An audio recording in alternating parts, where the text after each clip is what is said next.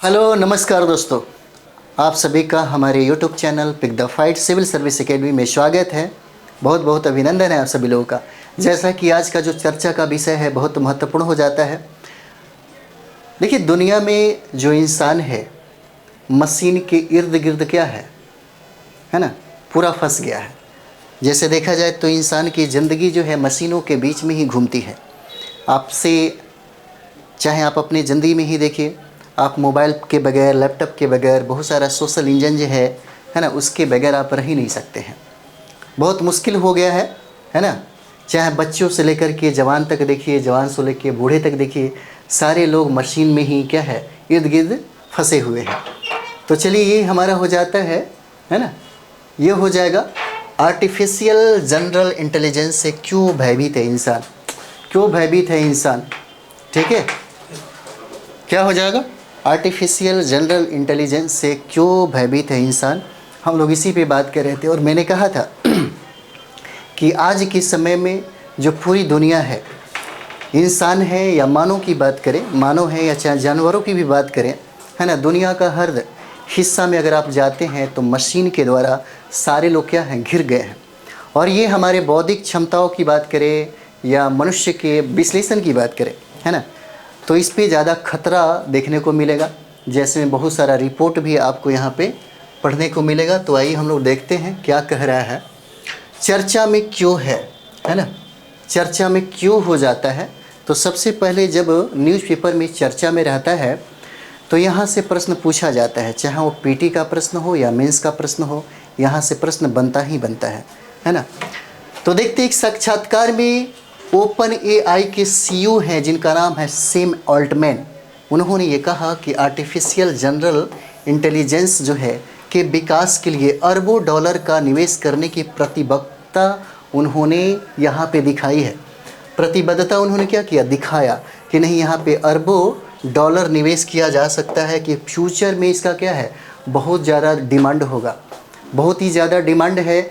और यह मानव के प्रतिकूल है, अनुकूल नहीं है ना, मानव के प्रतिकूल है। क्योंकि मानव की जो कार्य क्षमता की अगर बात करें या कौशलता की बात करें तो उसको कमज़ोर कर दिया गया है ना, कमज़ोर बनाने की बात किया गया है। जैसे में हम लोग देखें यहाँ पे, इसका अभिप्राय क्या है, एक ऐसी तकनीक से है जो मनुष्यों की भांति कोई भी बौद्धिक कार्य करने में क्या है, सक्षम हो जाता है। कोई भी बौद्धिक कार्य करने में क्या है, सक्षम है। इसमें तर्क, सामान्य ज्ञान, अमूर्त सोच, पृष्ठभूमि ज्ञान, स्थानांतरण शिक्षा, कारण और प्रभाव के बीच अंतर करने की क्षमता आदि भी शामिल है।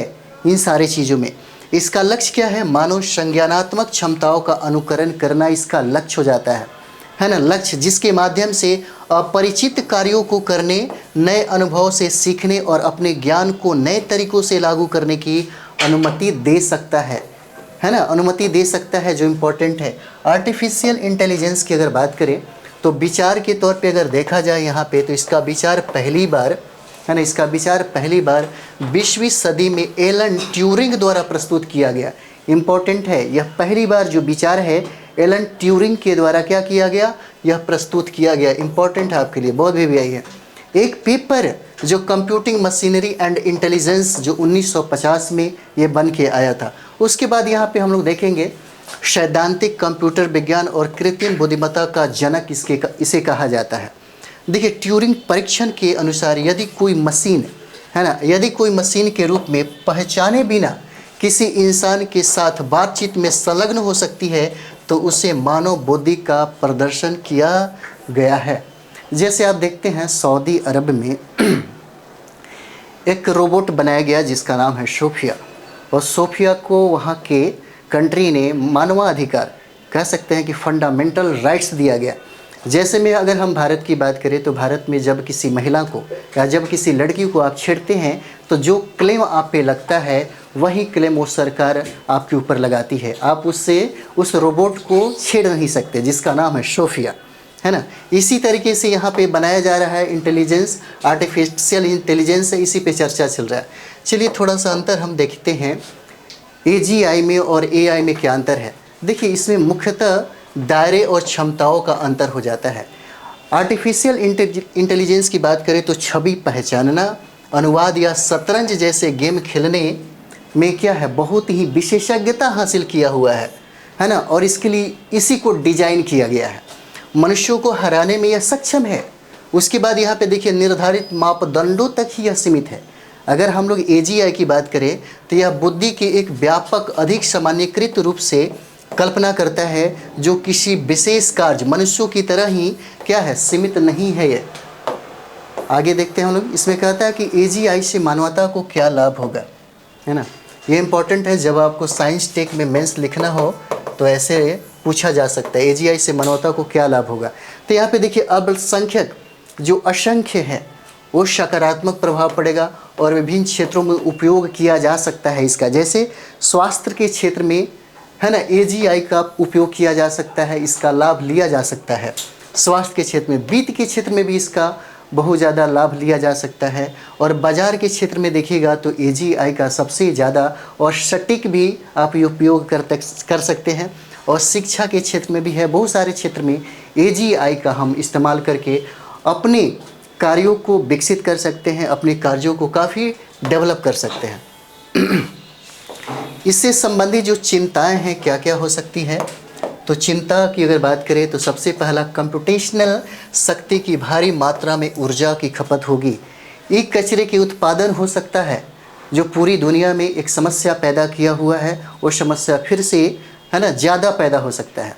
और यहाँ पे देखिए रोज़गार की भारी हानि होगी, क्योंकि एक इंसान का काम, है ना, कम से कम हज़ारों इंसानों का काम ये खुद अकेला कर सकता है। उसके बाद देखिए सामाजिक आर्थिक जो असमानता है, इसमें और ज़्यादा अंतर बढ़ने की संभावना है।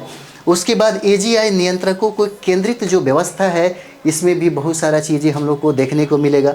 और नई सुरक्षा जो है, नई सुरक्षा को लेकर के, जैसे AGI से संबंधित इसका दुरुपयोग अगर हो जाता है ना, तो इसको सही तरीके से कन्वर्ट करने के लिए ये जो कमजोरियां है बहुत ज़्यादा सामने दिखाई देता है।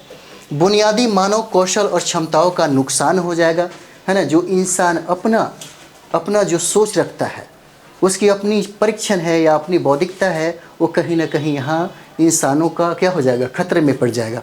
उसके बाद मानवों से अधिक जो क्षमताएं हैं उसका विकसित होना यहाँ पे ज़्यादा खतरा पैदा करेगा। चलिए एक प्रश्न है आपके लिए, आप कमेंट्स बॉक्स में ज़रूर बताएंगे इसका आंसर क्या होगा। अभी हम लोगों ने स्टडी किया, है ना। प्रश्न है कि कंप्यूटिंग मशीनरी एंड इंटेलिजेंस 1950 के संदर्भ में निम्नलिखित कथनों पर विचार कीजिए। कथन में आपका 1 2 3 हो जाता है ना। कथन में 1 2 3 है और आपको चुनना है इसमें से कौन से कथन सही हैं, है ना, कौन सा कथन सही है। आप ज़रूर कमेंट्स बॉक्स में बताइएगा इसका आंसर क्या होगा। तो देखिए यह एलन ट्यूरिंग द्वारा लिखित पेपर है ना। क्या है, यह लिखित पेपर है। इसमें सर्वप्रथम कृत्रिम बुद्धिमत्ता के सिद्धांत को प्रस्तुत किया गया है और इसमें मानवों की समान मशीनों का क्या है, विचार शामिल है। इस तरीके से option A B C D हो जाता है। आप ज़रूर बताएं कि इसमें आपका आंसर क्या होता है ना। तो चलिए हम लोग नेक्स्ट वीडियो मिलते हैं। इसी तरह से अभी जो चर्चा में, जो न्यूज़पेपर में हमेशा चर्चा में आ रहा है, हम लोग उस पर भी बात करेंगे। Thank you very much.